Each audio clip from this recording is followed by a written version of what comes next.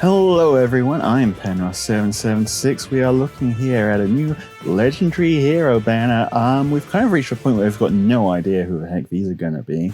Although that looks kind of Xander-ish. That is, in fact, Xander, Axe Xander. I'm guessing that's Bulwark then? He isn't, an Axe Cavalry. Fire, legendary. Let's take a quick look at his kit. I am correct, that is the Ebon Bulwark. Bulwark, I guess, because of the umlaut. Accelerate special trigger, cooldown count -1 at start of turn. If used within 2 spaces of 2 or more allies, grants null follow-up and special cooldown charge +1 per attack during combat to unit for 1 turn. Only highest value applied, does not stack. Initiates combat or is within 2 spaces of an ally, is what I meant to say. Grants attack speed def res +5 to unit. We're in 2022. Everything gets +5 stats. And grants or restores 7 hit points to unit after combat. Interesting. So that's null follow-up, special acceleration, +5 to all stats, and 7 hit points healing afterwards, and slaying. You've got to start turn within 2 spaces of 2 or more allies, and you've got to take combats either on player phase or within 2 spaces of 1 ally. Got all that? Good. Other solid effects. Null follow-up on a Cav unit is already a great thing to have. It's a great thing to have because Cav units can't really get that. I mean, they can run a flow skill for half a null follow-up, which is lovely and all, but full null follow-up, pretty hard to get your hands on. He has Luna, understandable. He has attack speed catch 4 if foe's HP is full, or if they have a penalty, attack speed +7. If both of those conditions are true, goes up to +9. Ain't that lovely? Catch skills, really good. Not sure if they're the best still. I've said this a lot, but they work functionally, is what's going on here. Helps if you've got a way of actually making penalties stick to enemies. Don't see one here, but even without that, you can use other units on the team to put penalties on things. Just make sure you consider it when you're team building. In his B slot, he has a PRF B slot, Chivalry. Alright, I guess this guy's chivalrous. Huh? It's a Canto skill, because of course it is. Enables Canto Rem +1. At start of combat, if foe's HP is greater than or equal to 50%, inflicts attack speed defense -5 on foe during combat, reduces damage from attacks during combat and from area of effect specials, excluding rogue area of effect specials, by percentage equal to 50% of foe's HP at start of combat. Is this the anti-Arden skill? Because Arden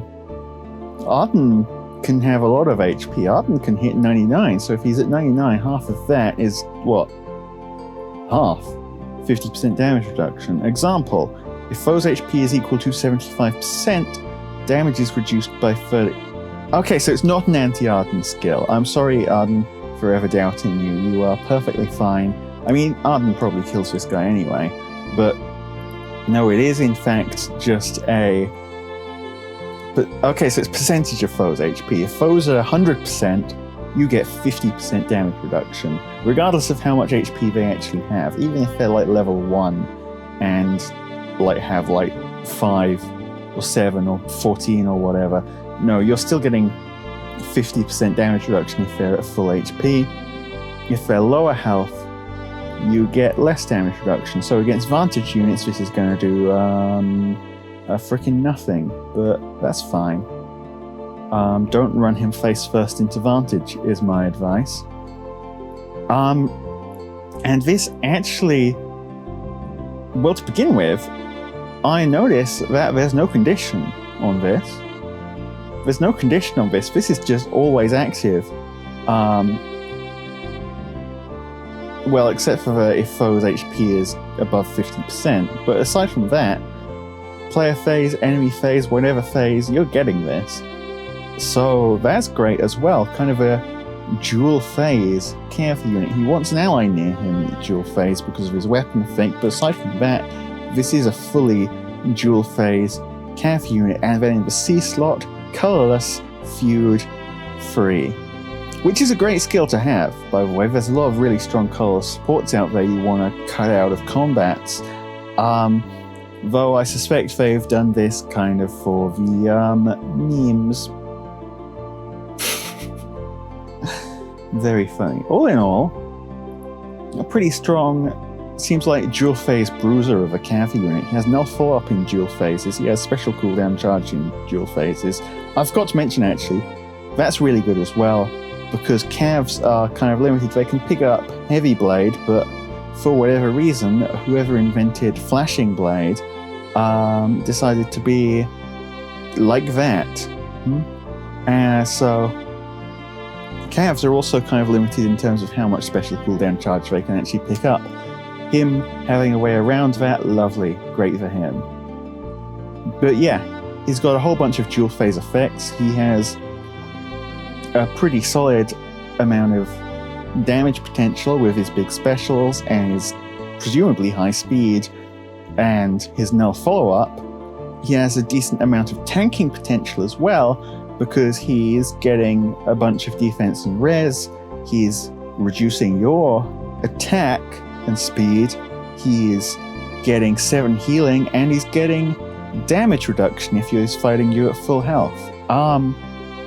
So yeah, pretty solid bruiser cav here. This being said, this is an archetype that we're not exactly at a shortage of. There are plenty of bruiser calves just like this one, and well, Xander here may be the strongest of them, perhaps. I'm definitely leaning towards him being the strongest of them, but it's not like they're in massively high demand. It's not like there's a huge amount of competition here. So he's a really good unit, but in the grand scheme of things, even though he's really good at what he does, he's still just kind of overall an average unit, is my analysis of him. Pick him up if you need him. If you don't need him, then don't. Let's see his animations, and let's see who else is on the banner with him. Cool art, by the way. He does just hit things with his axe, is to be understood. He is a pair-up and an attack boosting legendary because they finally decided to break the dumb pair-up units can't have any extra effect condition. Okay, so legendary Leaf, mythic Leaf, Freya, Regan, Sigurd, legendary Sigurd, Note, Ulla, Atri, Nime, August, Ascendant Ishtar.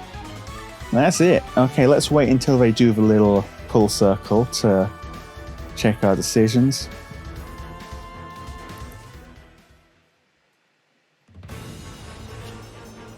Okay, here we are. Color by color. Starting with the new unit, he's on green.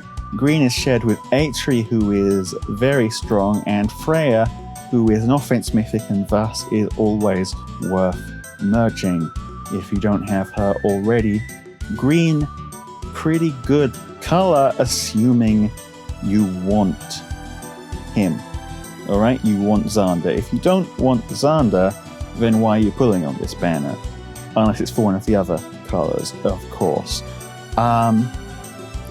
Blue I'd call the next strongest color here, because Ascendant Ishtar, if you haven't picked her up already, Ascendant Ishtar, maybe not the strongest unit of all time, but a very good unit and an Ascendant unit, which is obviously worth a lot by itself. Ulla is insanely strong on offense. Note is still one of only 3 Pathfinder units in the game, and is also potentially up there for the best Dark Season mythic. Personally, I prefer Medeus, but if you're running a more liney sort of build rather than a bally sort of build, Note, love her. Next up, Red, Regan, one of the best mythics in the game.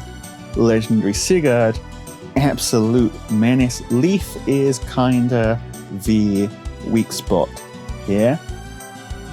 But, I mean, he is a defense mythic, so he will have bonus seasons and things, but he is just kinda there. He's a strong, brawler, but there's plenty of those available for defense already. And also, that's not really the kind of unit that you necessarily need on defense quite so much. ARD, I wouldn't say is the place for him. And then Colorless. Colorless is an interesting one because we've got Nime here, we've got August, and we've got Legendary Leaf. Legendary Leaf is strong, but is kind of outdone by his own harmonic version. Whoops. Still, there are reasons why you might want a copy of Legendary Leaf, because as a legendary unit, he's on more various rotations and he has effects in modes that Harmonic Leaf doesn't. And then Nime and August are both kind of units that you kind of know already if you want them or not. August is a really cool unit, but not necessarily the unit for everyone, right? He's got kind of a niche effect. And Nime is a 5-star colorless tome with the only inheritable colorless tome in the game, so you can't really judge her on PRF or anything. She's really cool, but again, you're looking at her more for the fodder than for anything else, unless you are specifically pulling her for herself, which there are some real Nime fans out there who are doing that, but if that's you, then you already know who you are, right? All in all, it's a solid legendary banner, but I'm not pulling on this one. One, there's another summer banner coming up. Summer 2, considering how many people have probably pulled their souls out already for Summer 1, I expect they're going for a double whammy, strong Summer 2 as well. Take advantage of people while their orbs are down. Give them something else great to roll on. And secondly, this may be a legendary banner, but that means next month is a mythic banner. It's almost certainly an anima mythic banner. And given there are only extra slot anima mythics right now are Seiros and Ota, the bar for what I absolutely have to gobble up for anima mythics is very, very low. Because you've got to beat those two units who are very strong units but aren't really strong anima mythics, right? So yeah, that's my thoughts on the banner. You guys, let me know what you're doing. Are you pulling? Are you saving? And let me know what you think of Xander as well. Because I obviously gave my analysis, but I'm interested in hearing yours. That's all from me. Penrost out.